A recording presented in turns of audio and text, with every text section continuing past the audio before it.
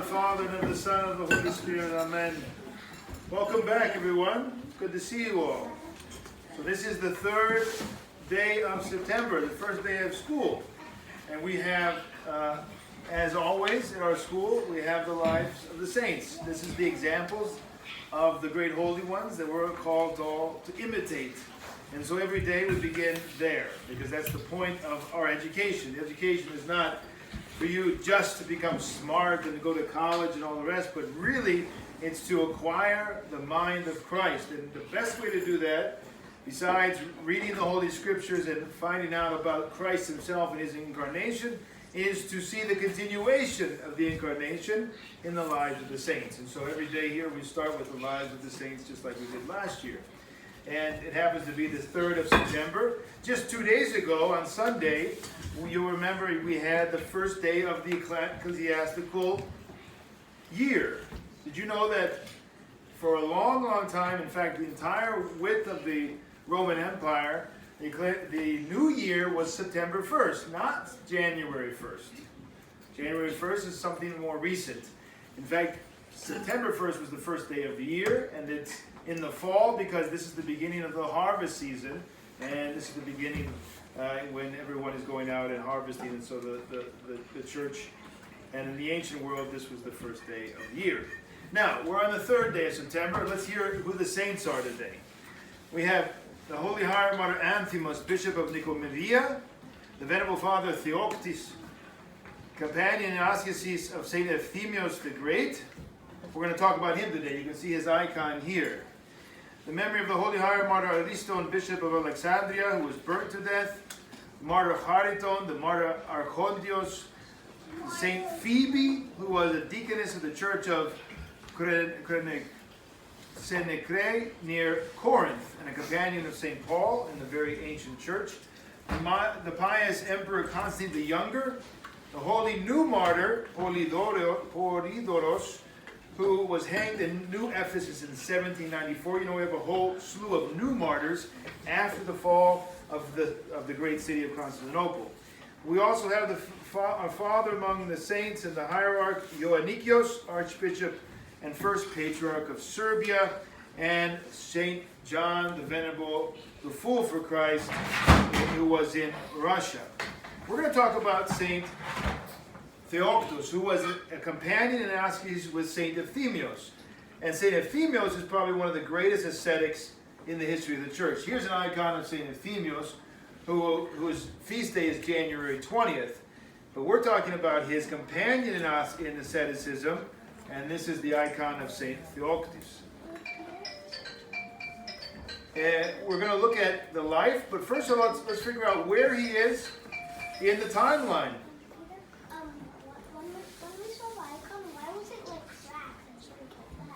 It's an old icon, so some of it's been destroyed over many, many years, hundreds and hundreds of years. So that's why George has been destroyed there.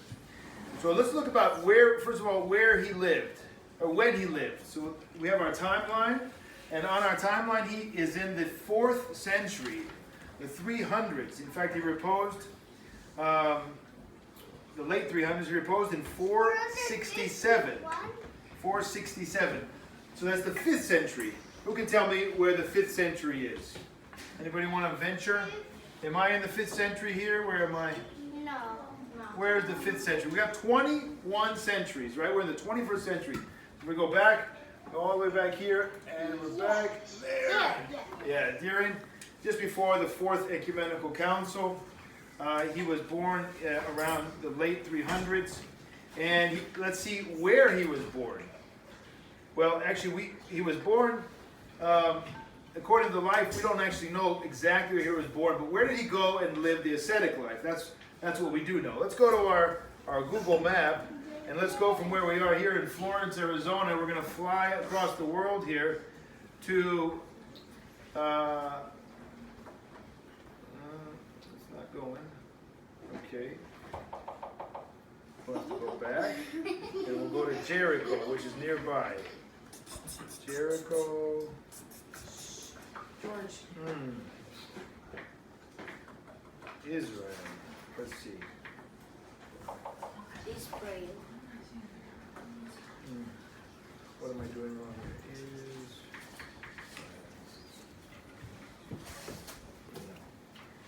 But we'll go there, but that's not where I want to go. Now we'll go from there. So we're leaving America, and we're flying across the world.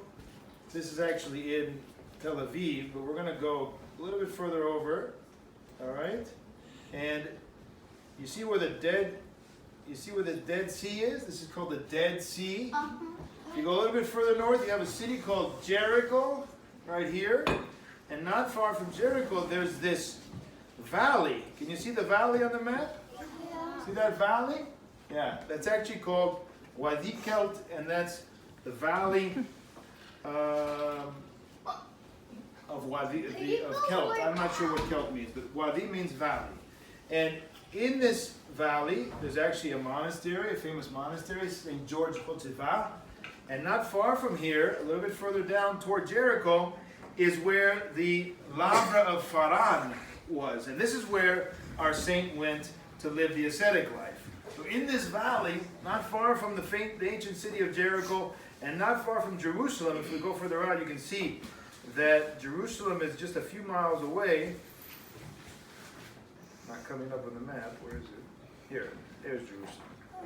So there's Jerusalem, and then here is the valley where the ascetic went to live. And there was a lavra there, and the lavra, or the lavra means a monastery where it's not all together in one place, but there's hermits in different places, and they come together in a main church on Sundays. So they're actually living alone. So we can see that this lavra, which is again in this part of the world here, Jericho, you can see the Jordan River where Christ was baptized, and the Dead Sea, and down here is the valley which our saint lived in. And this lavra of Faran is started by this saint, Saint Chariton the Confessor. About 100 years before, this saint started the monastery. Now, another saint, our saint today, Theophany, is going to live in the monastery that this saint started. So let's go back to another map here I've got for you. You can see, I think even better, the surrounding areas. Down there is where our Lord lived in Jerusalem, and here is Jericho, and here is the Faran Lavra. Now he went there, and after he had gone first to the holy places, venerated at the Church of the Resurrection, and then he moved on to his ascetic place in the valley, in the monastery. He shut himself up in a narrow cell.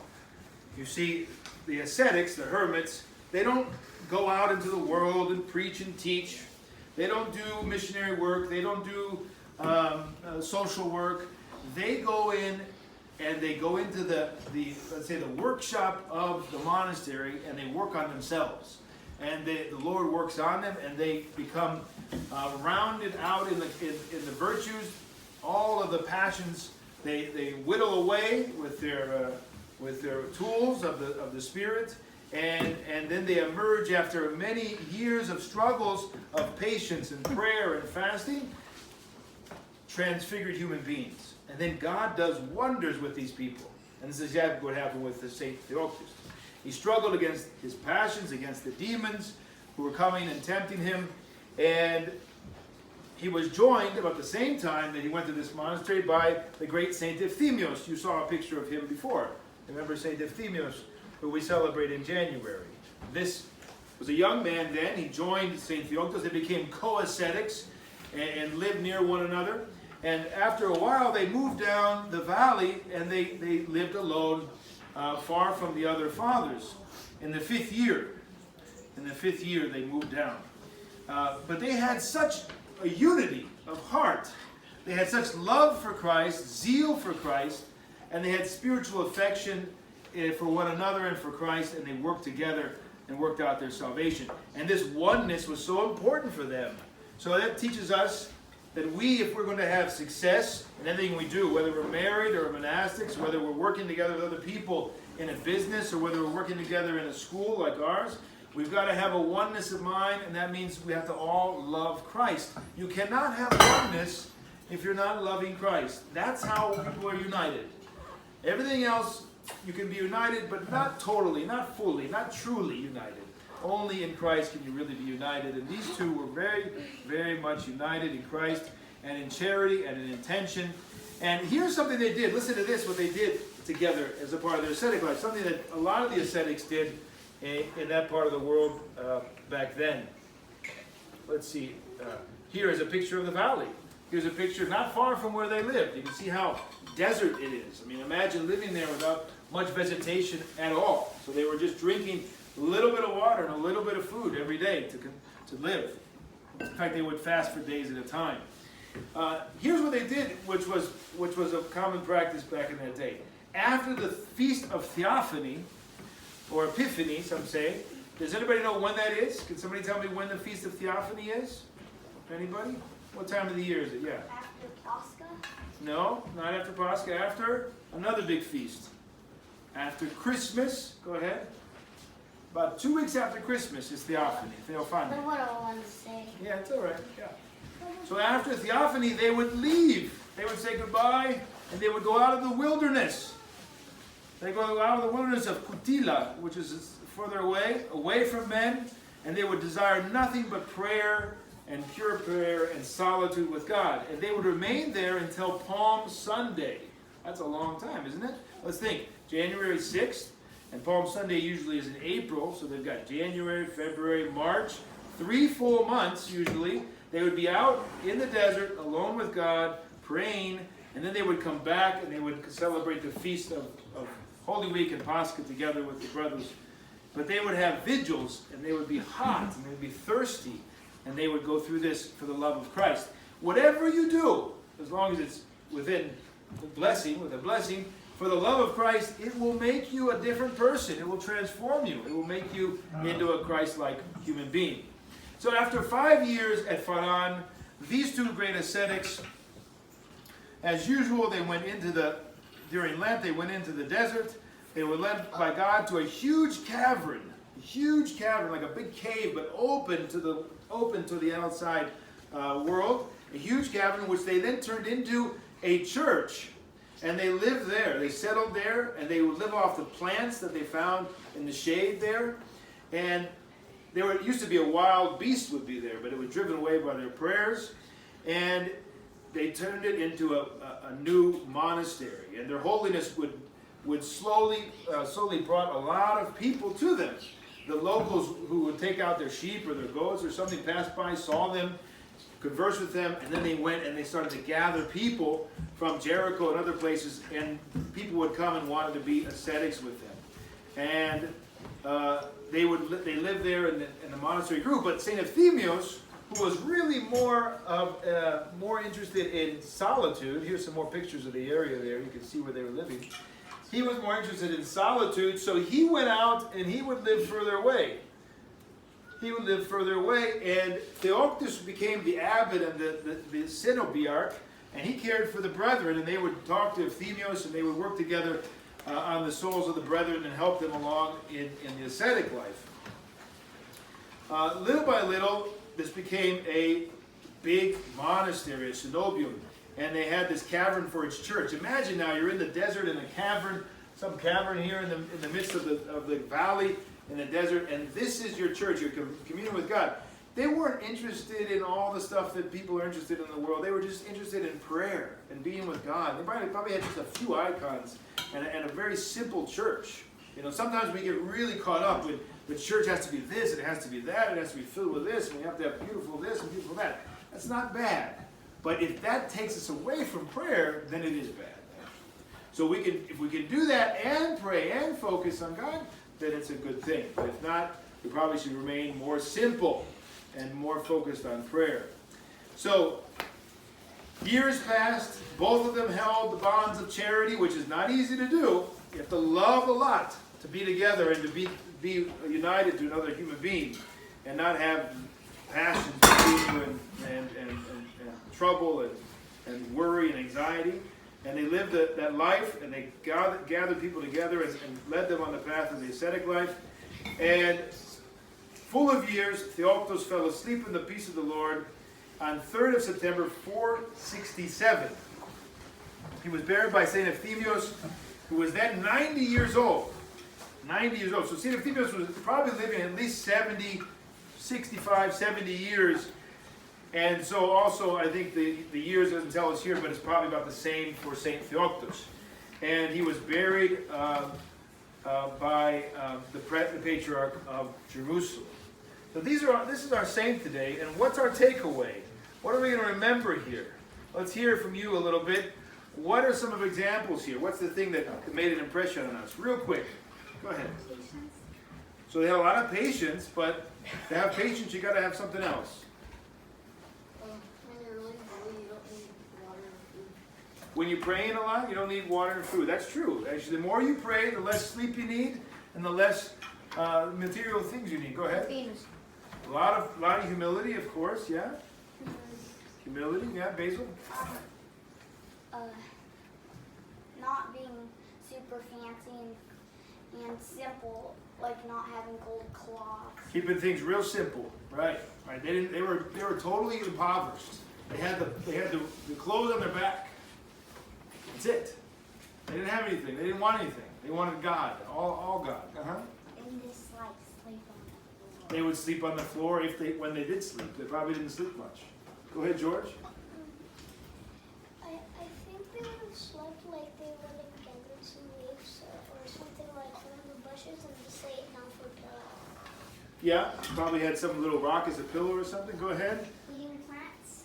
Yep, they ate some plants, real simple things. You can actually live on real simple things. Today, do we have a simple diet? What do you think? Do we have a simple diet, like we eat just a few things and then we're done? Or do we have all kinds of choices today? Huh? I'll tell you, last thing, and then we got to go to class. So I went back to Greece this summer, and I was there for about a month and a half. Greece doesn't have quite the choices that we have in America. You go into a little supermarket here, a gas station, and the whole place is lined with refrigerators, and in the refrigerators there's probably 15 choices of an energy drink and a juice, and well, in Greece there's in most places, one or two little refrigerators, and there's 2 or 3 choices to choose from. The more choices we have, we think it's better for us, but actually, ultimately, it's not. It's not better for us because it increases our desire, and it increases our desire for things that really aren't that important. So we have to be careful. We have to be watchful. Let's stay simple. We have to fight against that whole spirit of the world, right? And remain simple. The more simple we are, the more we can be focused on God. Last comment. Τελευταία λέξη, πες. Και στην Ελλάδα, ας πούμε, δεν έχουμε έχει και κούπες, έχει και παιχνίδια, έχει και σουβενίρ, έχει και πίτσα, έχει και τα πάντα. Ναι, έχει ωραία πράγματα, αλλά πιο απλά. Είναι πιο απλά. Okay, thank you so much. God bless you. For the prayers of our Holy Father and great ascetic, Theophany, Lord Jesus Christ, have mercy on us. Amen.